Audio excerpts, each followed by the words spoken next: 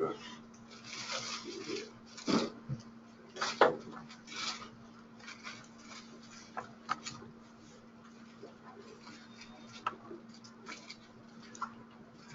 right. Well, good afternoon, everybody.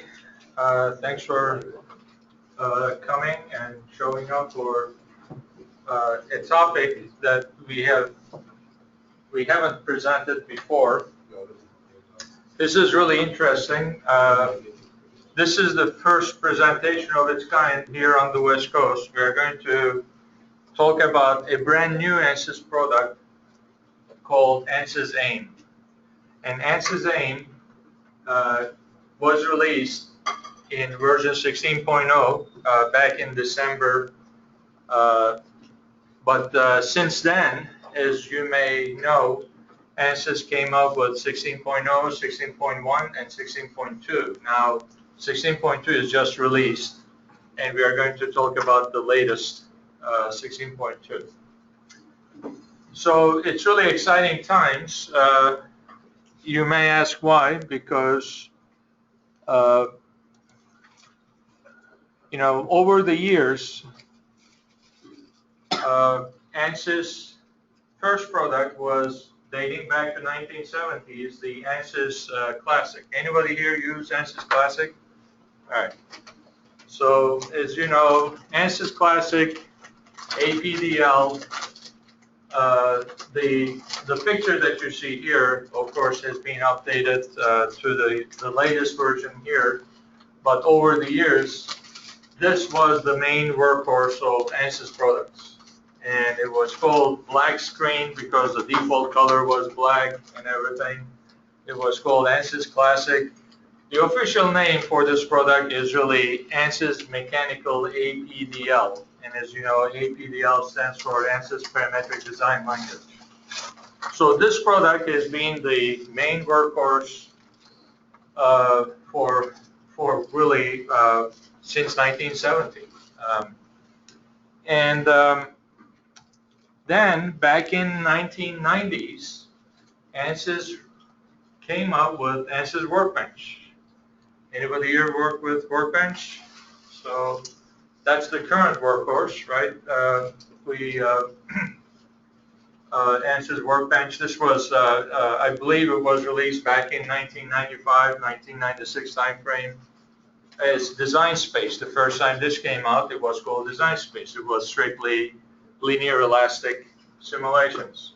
But then over the years it evolved, and as you can see from this picture here, ANSYS Workbench is really a great tool right now to do a lot of coupled field simulations. So now this year, 2015, about 20 years after the release of ANSYS Workbench, ANSYS is coming up with ANSYS AIM. So this is what it looks like, and there are two screens here for those of you that are online. On the right-hand screen, to your right-hand side, this is what the grid looks like, and here on the left-hand side is the picture. So in this presentation, we'll talk about what is ANSYS AIM, and also explain you the reasons why there's a brand new product. Whereas, for some of you who are already using Workbench or ANSYS Classic, ANSYS Mechanical APDL, you may say, why do I need another GUI? So we'll try to explain the reasons behind all this thinking. But before we go into that, I'd like to show you the ANSYS stock. Since you're here today, ANSYS today hit an all-time high of 94.75. It's really an all-time high. So the prediction is that by the end of the year, it's going to hit $100. So, and this stock, as you see in the chart here, goes from 1995 through to current, through today. And as you know, ANSYS, when it was founded in 1970 by Dr. John Swanson. It was a private company through 1995 timeframe when the company was sold to a group of investors called TA Associates. And TA Associates, the first thing they did was they changed the name of the company from SASE, it was called Swanson Analysis Systems, from SASE to ANSYS Inc. They said, we'll call it ANSYS, that's the main product. And then they made it a public company. And as you see here, the stock, for quite a few years, it was very steady. And then, as the ANSYS management started looking at the overall technology, and as they started acquiring other companies, the stock started going up. And in 2003, they bought the first commercial CFD code called CFX. And you see an uptick for CFX here. And then in 2006, Fluent was acquired. In 2006, when Fluent was acquired, overnight, ANSYS became a CFD company. You know, all these years, we were a FEA company. In 2006, we became a CFD company. Why? Because 55% of our revenues started coming from the CFD side of the business. And then over the years, Autodyne, as well as HFSS and SOLT, that was added. As you see, the stock started going up and up and up. And the reason being, there's really great technology in our software products. We became #1 CAE company. ANSYS became #1 CAE company, and that's what we are today, #1 CAE company. And the stock also reflects that as well. So I guess the reason I went through this is because I want to explain to you that you're investing your time here today in a good thing, because this is really the #1 software tools, CAE tools in the industry. So what is ANSYS AIM?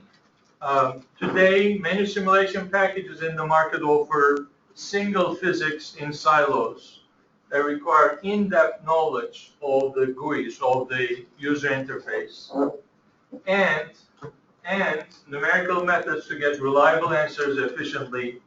And it can be cumbersome to customize to match organizational workflows. So ANSYS AIM offers integrated multiphysics based on best-in-class solver technologies in a modern, new, immersive user environment that enables engineers to rapidly evaluate product design performance with confidence. ANSYS AIM is a new application that is built upon ANSYS Workbench. So the engine really behind this interface is Workbench. It is Workbench, and I'll show you how Workbench works behind the scenes. And ANSYS AIM extends the Workbench platform to create an integrated single window simulation environment for single and multi-physics simulation. This is really the key here. It creates, ANSYS AIM creates an integrated single window environment. One of the challenges, as you may have noticed, is that when you're working with different applications, let's say that you're trying to do fluid structure coupling, is that you have to know the fluid side, meaning that either CFX GUI or Fluent GUI, you need to work with that. And then Workbench enables very easy transfer of the pressures from the CFD side into the structure side. Then you open up the structures GUI. Now you have it, so you're working with multiple GUIs. You have a GUI for geometry, you have a GUI for mesh, you have a GUI for CFD, for structural, whereas ANSYS AIM is really a single window. you are not going through multiple GUIs for that.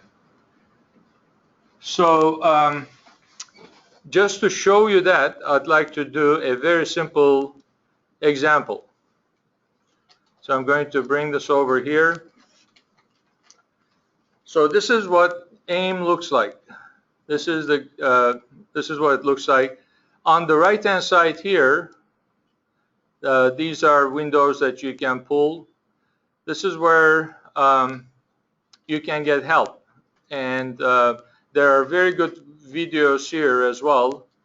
For example, there's a quick tour that if you click on that, it will take you to this website where you can watch a quick movie.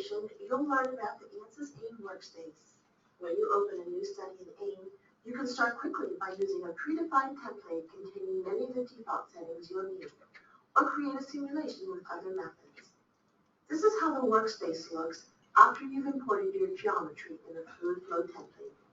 The summary grid shows the simulation tasks that were automatically added for this template. An end-to-end representation of these tasks is displayed in the Workflow tab of the View panel. Using the Workflow tab, you can easily manage the simulation process by right-clicking on a task to add, connect, delete, or duplicate a task. Each task is a container for all the objects and settings for that task. The starting template determines not only the task sequence, but also many of the values you will need to successfully complete your simulation. To set up the simulation, you can display and edit setup values through property panels or data panels. The difference between the panels is the time to set up and the level of control over your simulation properties. When using the right-click menu to add an object, the property panel is displayed automatically. Property panels define the minimum input requirements for a task, and using them is the fastest way to set up your simulation. If you need more control beyond what the property panels offer, the data panel gives you access to more typical properties and options to customize your simulation. And finally, on some data panels, this icon exposes all of the setup options available for the greatest level of control. Using a template combined with the Workflow tab and the property panels, you have everything you need to successfully create a simulation process. AIM uses color cues to communicate the simulation status. Red draws your attention to items that must be completed or modified in order to move forward. Yellow indicates that you need to update the task, and green confirms that the task is up to date. You'll also notice that some buttons or menu items are highlighted in blue. Blue is a cue for a suggested next step. In addition to color, AIM communicates with you through messages. Progress indicators and message alerts display here. Missing data or potential errors are indicated with messages in both the property and data panels. Alerts and messages are displayed in the Messages tab, and by clicking on the link, you navigate directly to the data panel where the change is required. You can also click on the status bar to display the corresponding messages in the Message tab.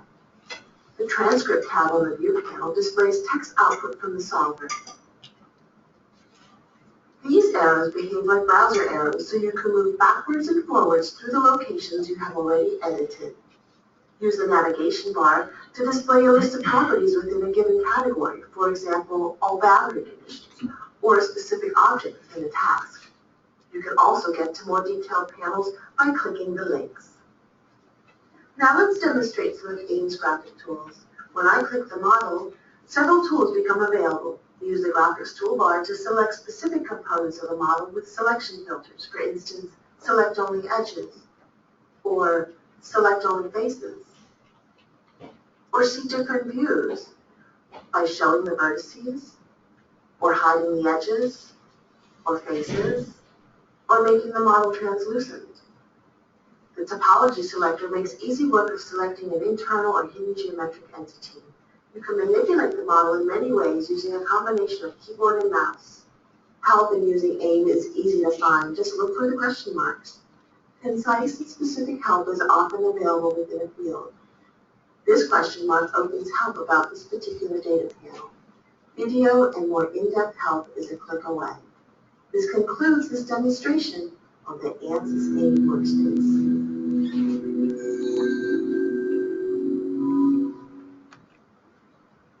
So yeah, that's the kind of movies you can get from that application there.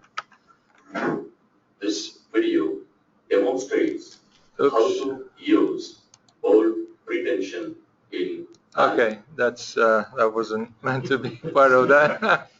Sorry about that. That was extra. Okay, so this is what I'd like to do is show you before instead of going through real presentations here. I'd like to show you how to do a simple thermal stress problem. How can we do a simple thermal stress problem? So we have the aim GUI here. So we go to the templates. What are we going to do? Are we going to structural, fluid flow, or fluid structure interaction, or fluid solid heat transfer, or maybe user defined? We can define our own workflow as well. So so structural, I'll click on structural, and as soon as I click on structural, it says, what would you like to do? Structural only, or structural and thermal, or structural and electric conduction? Is that too small all the way in the back, or can you read it? I can't read it. You can't read it, okay. Sorry about that, we'll have to, and the other option there is structural, thermal, and electric conduction. Structural, thermal, and electric conduction. Well, we said we'll do a thermal stress problem, so I'm going to click on structural and thermal over here. And then I'll say create simulation process. And then as soon as I click on create simulation process, it says, wait a minute, where's your geometry? Show me the geometry. So what I'll do is I'm going to bring one of our workshop problems. It's called pump-housing.stp, and it says, all right, go ahead and read this. So, and it just starts, it creates the template to do a thermal stress problem, and then it reads the file in. It says, all right, given what you have told me, here is your kind of workflow. We started with the geometry, we read the geometry in. Now, the next step is probably meshing. So what do we do for meshing? For meshing, I'll just click on this box over here, and these are the mesh controls. As you see, you can select a low mesh resolution or a higher mesh, so all you have to do is really move the slider bar, and then you can specify a global sizing. You can specify inflation settings. This is mostly for CFD type of problems. And you can add some mesh controls, size controls.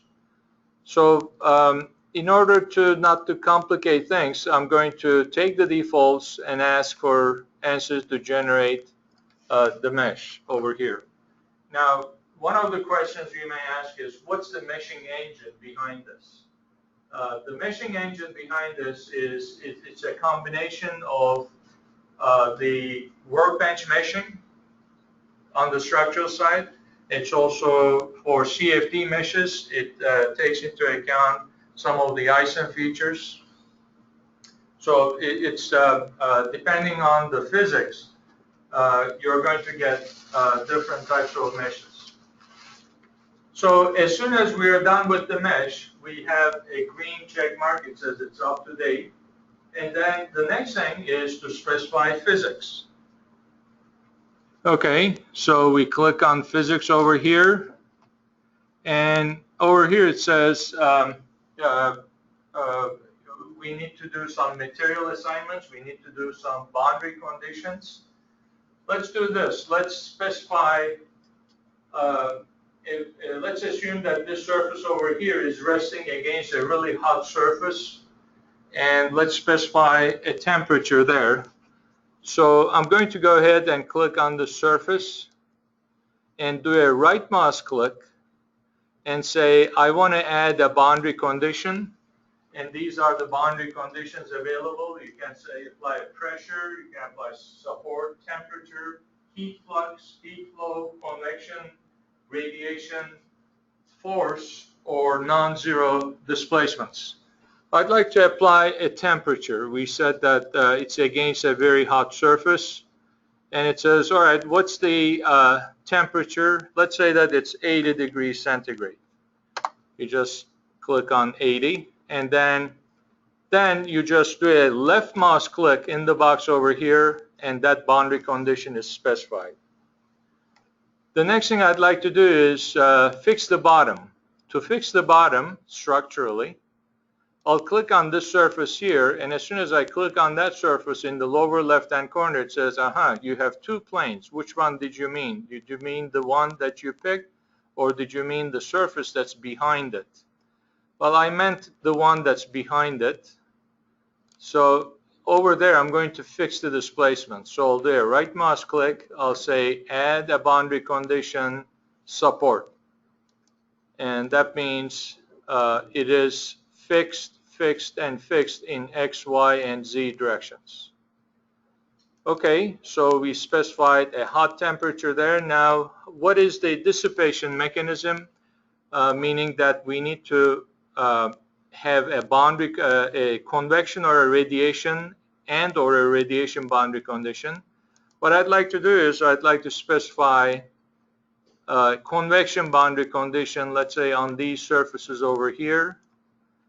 With the control key down, I select multiple surfaces and do a right mouse click and say add a boundary condition, and I'd like to add a convection over here. And let's assume that there is a fan blowing on this, and it's 50, the heat transfer coefficient is 50, and the air that's blowing on that is, let's say, 25 degrees centigrade. So that's it. I specified a fixed temperature over here, and I specified a convection boundary condition there. I'm really ready to run this simulation.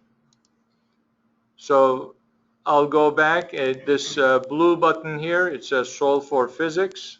So I have a hot temperature at the top, and I have convection, that's the energy dissipation, and at the bottom I'm fixing it so that the structure doesn't move anywhere.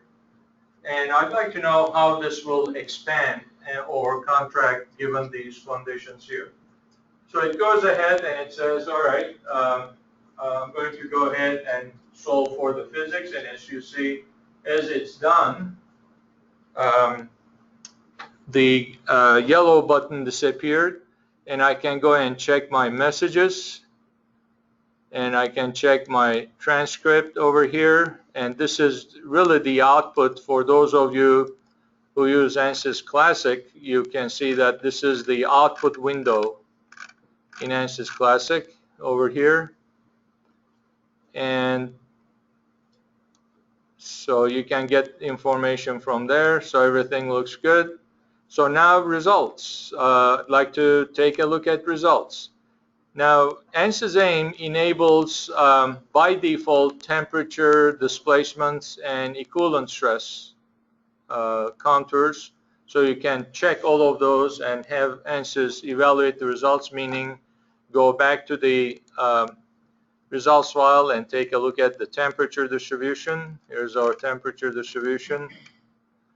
And I can go back and look at our displacements over here. And displacements. This is the vectorial sum of the displacements. And you can do a right mouse click and you can say animate this so that we can see an animation of the displacements. And since it's really hot over here and it's fixed at the bottom, it's going to expand out this way. So that kind of makes sense. So that's it. So I look at my workflow over here. I don't have any yellow or red marks over here. That means the simulation has been done properly. Of course, there's a lot of things that needs to be checked, like the energy. You can check the energy balance and or other post-processing quantities.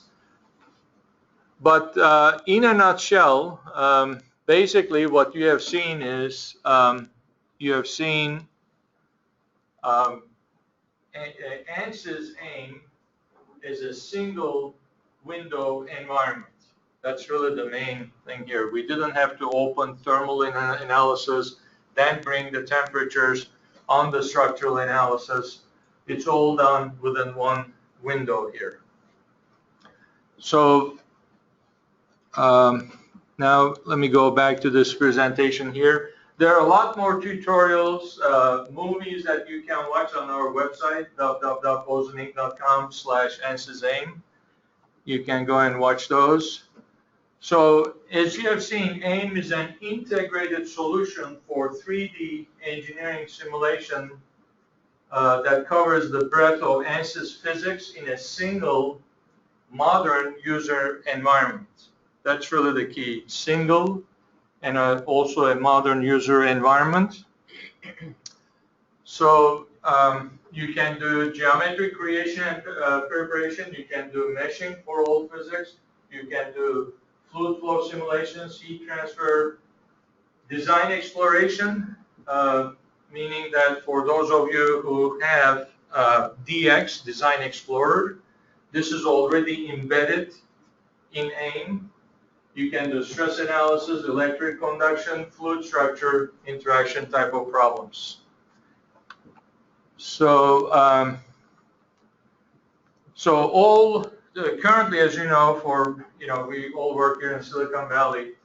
Although I'm showing a picture of a car, but in Silicon Valley, there are companies that makes components for these cars, and also there's car companies here as well, electric car companies. So all these products involve multiple physics. It's no longer that, many years ago when I first started, 30 plus years ago, we used to do just structural simulations or just thermal simulations. It's no longer that anymore. We are always in multiple physics environments, right? As engineers, we're on a day-to-day basis, we're in that environment. And ANSYS' most innovative customers are rapidly deploying simulation.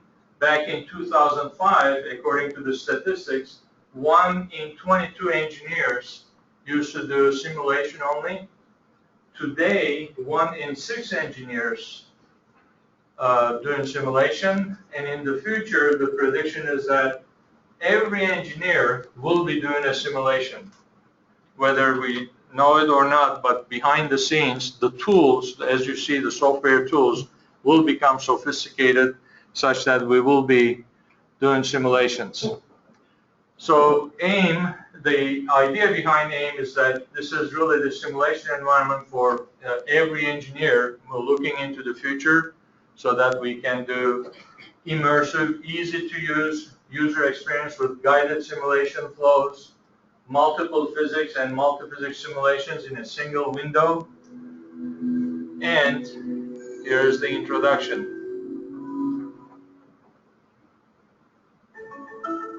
We live in the midst of innovation.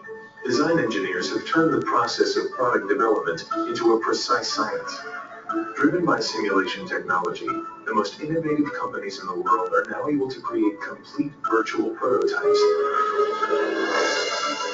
testing thousands of design iterations in record time, simulating whole systems across multiple physical phenomena, pushing better products to market faster. By bringing together simulation solutions in a single immersive, user-friendly environment, ANSYS is pushing this science to a whole new level. It's called ANSYS AIM, and it is the future of integrated simulation. ANSYS AIM provides simulation-based guidance early in the design process. Templates and an intuitive user environment guide engineers from design concept through validation. Built on the ANSYS Workbench platform, AIM includes automation and customization, allowing for workflows specific to your engineering methodology. AIM seamlessly integrates with other tools in your product development process, enabling rapid optimization of your existing designs. Any simulation can be reused as the basis for a replayable user-defined template.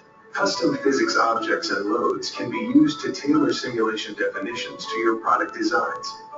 Pervasive parameterization of all model inputs and outputs supports rapid exploration of design alternatives and automated design optimization. All aspects of simulation take advantage of parallel computing to maximize your return on investment.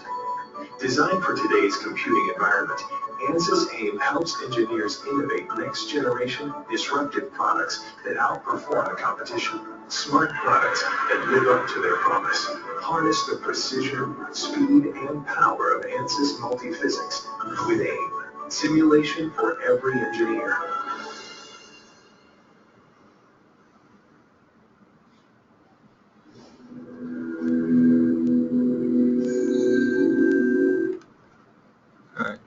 So that's you can see that ANSYS is really putting a lot of money into marketing these days. That's a nice movie that we didn't see it in the past, so they're putting that investment in there. So with it's robust and automated meshing. So we can get tetrahedrals for structural. And we can also do fluid performance inside ANSYS AIM. There is a brand new fluid solver. Let me stop this. In ANSYS AIM, there is a brand new CFD solver. You may say, well, what are we thinking? Because we have CFX, we have Fluent. We are the #1 CFD company in the world in terms of sales. And why do we need another CFD solver? This must be on autoplay over here.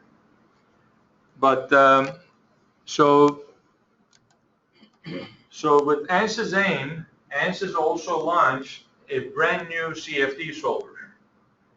It's based on the strengths of Fluent, and it's also based on the strengths of CFX. So it's a brand new code. It went through a lot of different validation, verification cases. We have a separate presentation, really long presentation on the validation cases of AIM CFD solver. But you may, again, what was the reason ANSYS came up with a brand new solver? Because we wanted to combine both ANSYS CFX and Fluent and take the best of both codes and also put it under an umbrella where make it easily accessible and easy to use. So that was the idea, and that's what brought up the CFD, the new AIM CFD tool under the AIM umbrella. So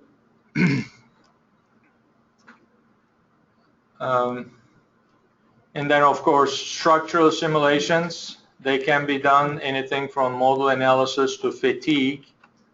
And thermal, just doing a thermal simulation, that's also possible. And we can put this as a thermal stress, thermal electric, or thermal electric stress as well. And of course, we can do fluid structure interaction. We can look at the deformations given the fluid forces on solar panels, and also evaluate DC electrical performance of the structures. Again, this could be just electrostatic, thermal, and structural coupling. And in the visualizations of the results, it takes advantage of the GPU and parallel CPU processing. And this is going really fast for me, but you can also come up with these really nice animations as well as the post-processing contours over here. Design exploration and optimization is part of ANSYS AIM. As you may recall, with ANSYS Workbench, you have to buy design exploration as a separate package. But this design exploration is embedded right now into ANSYS AIM. Right, so, and then automation and customization, you can see where scripting, journaling, and scripting is available in ANSYS AIM. And so it's really a platform for multiphysics, either single physics or multiple physics, all again in a single window environment. So, okay, so AIM is a complementary offering to our flagship single physics products and multiphysics bundles. In case you're wondering what's going to happen with ANSYS Classic or ANSYS Workbench, ANSYS Classic still being developed, ANSYS Workbench still being developed, and ANSYS AIM, there's a new development team just for ANSYS AIM. And AIM is built upon the Workbench platform and shows the continued evolution of Workbench strategy. And by the way, ANSYS is putting in about 20% of their income back into development. You know, there's really a big development team at ANSYS that are working on all these different products. So that's why we are coming up with really these new products here. So the capabilities are in ANSYS AIM steady state, fluid flow and heat transfer, static structural analysis, modal analysis, thermal, electric, thermal stress, thermoelectric stress, and one-way FSI. Those are the current capabilities that's available. And like you have seen, it provides a guided simulation process. For example, if you'd like to do fluid structure interaction, you would be clicking on that box back there on fluid structure interaction, and then it would create the workflow from that box. So these templates provide automation and ease of use right in that single window environment. And also another good thing about AIM is that the geometry preparation is done with space claim. How many people here have heard of space claim? So space claim, anybody here heard of design modeler? Okay, so you know design modeler. It's in Workbench. It's the geometry engine in Workbench. And Space Claim was a standalone company. ANSYS bought them in December 2014, about 8 months ago. And Space Claim is another geometry engine for simulation. So it's built on a totally different logic. If you're interested in Space Claim, we can give you a demo, a quick demo on what Space Claim is. But Design Modeler, Space Claim, these are the main engines behind AIM, because in AIM you can read a Design Modeler file, and you can also read in a Space Claim file. As with other CAD packages like Pro-E, SolidWorks, if you have the connection product to SolidWorks, you will be able to bring in SolidWorks file into AIM environment. So you can import geometry from all major mechanical CAD systems, including Space Claim and Design Modeler. The configuration task allows imported geometry to be configured and or suppressed for meshing and subsequent simulations. And as you see here, meshing is available for all physics, and the fluid physics As you have seen, it's a brand new product. It's a brand new fluids product that's available in ANSYS AIM. And we can do thermal stress, modal, linear, and nonlinear. I should have put in that nonlinear structural analysis in there. When it comes to thermal, steady state thermal, convection and radiation, thermal stress, thermoelectric, and DC electric conduction, that's also available, where you can look into current density, temperature, equivalent stress, and fluid structure interaction. Again, currently, one-way fluid structure interaction is available in AIM. It's not two-way, it's one-way. And there are a lot of nice visualization capabilities that's available in AIM. And HPC. You may ask, what's happening with HPC? HPC being high performance computing. AIM is capable of running on multiple processors. Right now, if you have an AIM license, you will be able to run it on 2 processors at no extra cost. But you can also get ANSYS HPC parallel packs to run multiple copies on multiple cores as well. So AIM is also parallelized to be able to make use of multiple cores. Design exploration, this is already included in the AIM package. So you can do design of experiments. And a powerful expression language. Instead of just writing down a number for some of the boundary conditions, instead of writing a number, you can actually put down an expression like inflow profile, inlet radius. You can create those expressions and put them in, just like you see here, these expressions. ANSYS AIM will accept those expressions as well. And as you have seen, there's a full help system that's available on the right-hand side. And if it's too much, you can pull it to the right-hand side. And full journaling and scripting. You can record, customize, replay, and reuse simulation data through Python-based scripting. So, all this is available. So this is just like in the APDL days.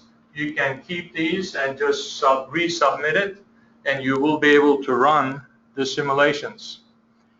So ANSYS AIM was launched with ANSYS 16.0. In 16.1, increased breadth and depth, and even further with 16.2, which is out just last week, there's even further increased breadth and depth that's available in AIM. And so again, it's an immersive user experience with guided workflows, multiple physics, automation, customization, and design optimization already in ANSYS AIM. So this is what you get with the AIM product. You get Space Claim, you get CFD Professional, that's the brand new CFD product. You get ANSYS Professional, that's the structural part. You get Design Explorer, you get 2 ANSYS HPC licenses, and in addition to that, you get Fatigue module. So this is the whole ANSYS AIM package. And that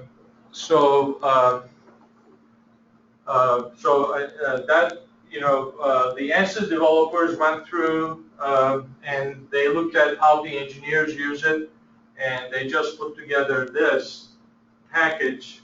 And basically the package is called AIM, and it's a brand new environment and includes all these different components. For those of you who are Workbench users, you are more familiar with this terminology here. So some questions that may come up is that AIM is not intended to be a replacement for the existing flagship products like ANSYS Classic or ANSYS Workbench, but AIM is really to complement these in the ANSYS portfolio. We will encourage our customers and the market to adopt AIM over time as it evolves to meet the simulation needs. The physics capabilities available in AIM will evolve by better addressing specific user segments.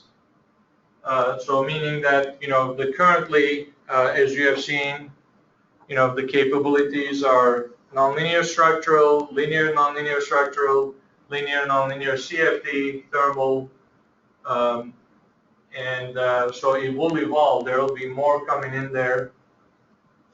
And AIM is based on the existing Workbench platform. Having said that, let me show you in the background. For example, if you go click on this icon here, on the project icon, if you click on the project icon, you will see the familiar Workbench environment here. So, and then here you will see the components like design exploration, which comes with AIM, and the component system for geometry. So, that's really the Workbench behind AIM. And AIM is available as part of the unified installation package. So for those of you who already have ANSYS, when you download ANSYS 16.2, you will see AIM as an option to basically to load on your system or not. Training on AIM is intended to be largely self-directed. That's why there are a lot of videos. But here at Ozen Engineering, we do offer AIM classes once a month. There's a class, and AIM is a brand new product and uses a new license key. So you will need a new license key to use AIM. And AIM supports all ANSYS geometry interface products. It can be launched from a CAD system or it can be launched from SpaceClaim. And bidirectional associativity with CAD geometry is supported.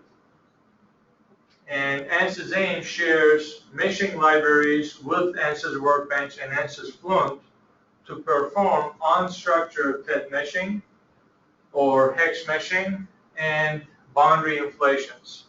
So behind the meshing engine in ANSYS AIM, you actually have the Workbench mesher and the Fluent mesher. That's what's working behind the scenes.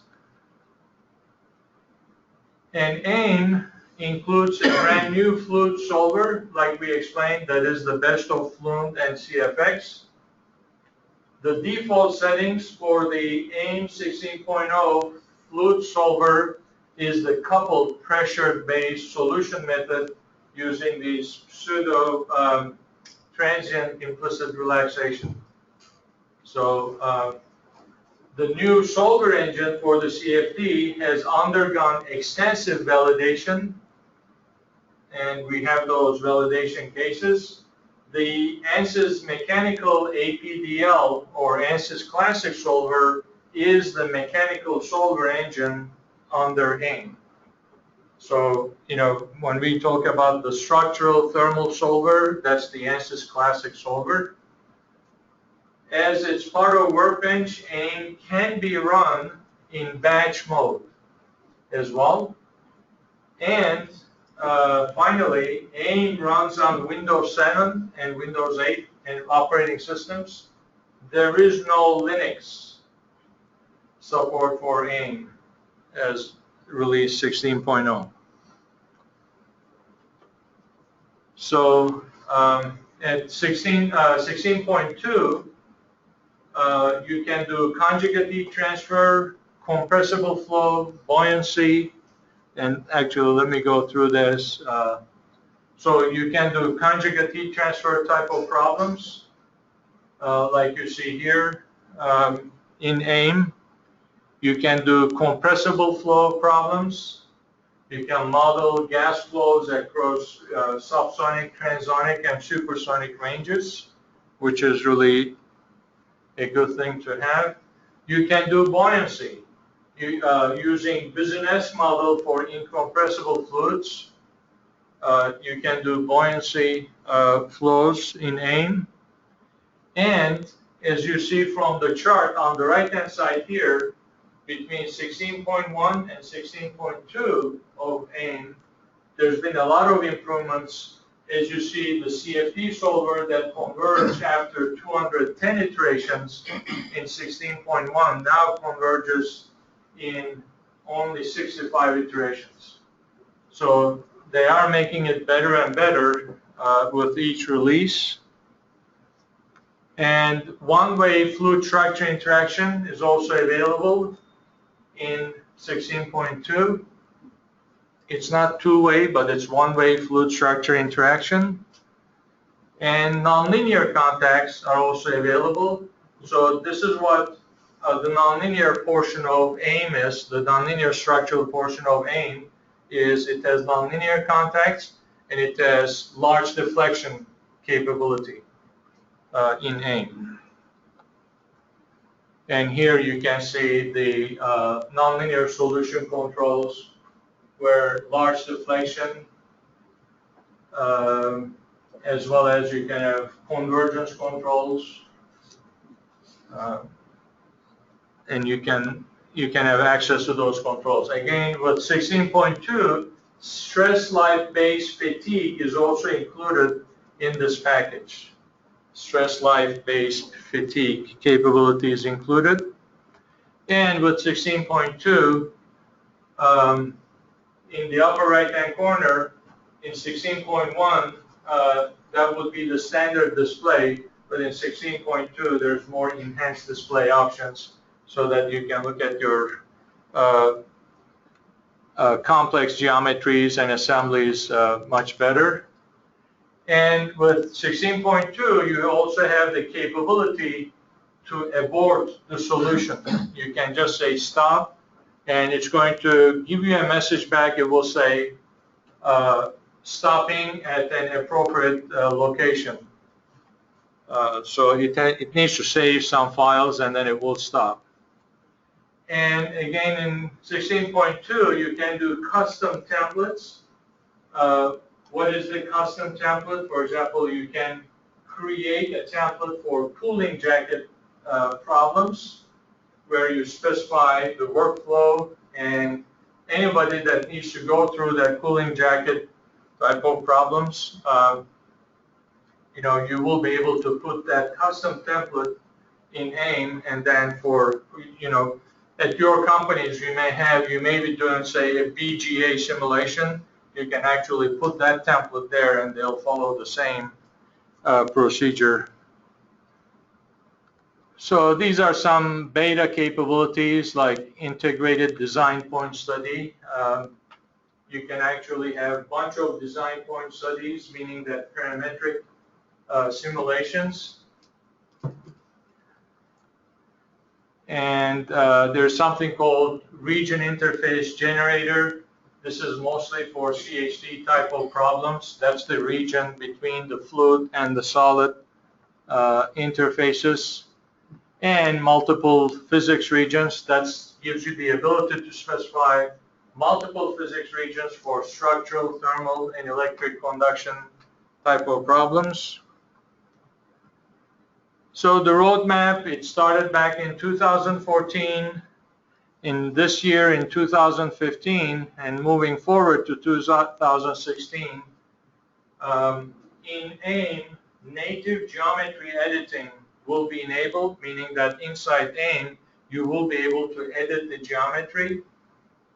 And interactive meshing capability is mostly implemented. Increased breadth of physics, electromagnetics will be added. It's not in AIM right now. Rotating frame will be implemented. Increasing depth of physics. Multi-step simulation, for example, it will be implemented. Transient simulations will be implemented. two-way FSI will be implemented,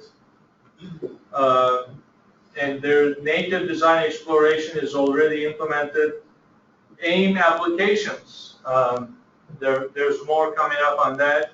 And then ANSYS plans on offering AIM in the cloud and AIM prep posts for other ANSYS flagship products, so that your models can talk to each other across the platforms, meaning that from Workbench to AIM or vice versa.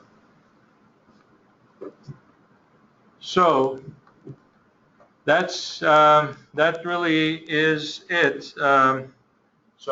I'm 4 minutes early. Are there any questions?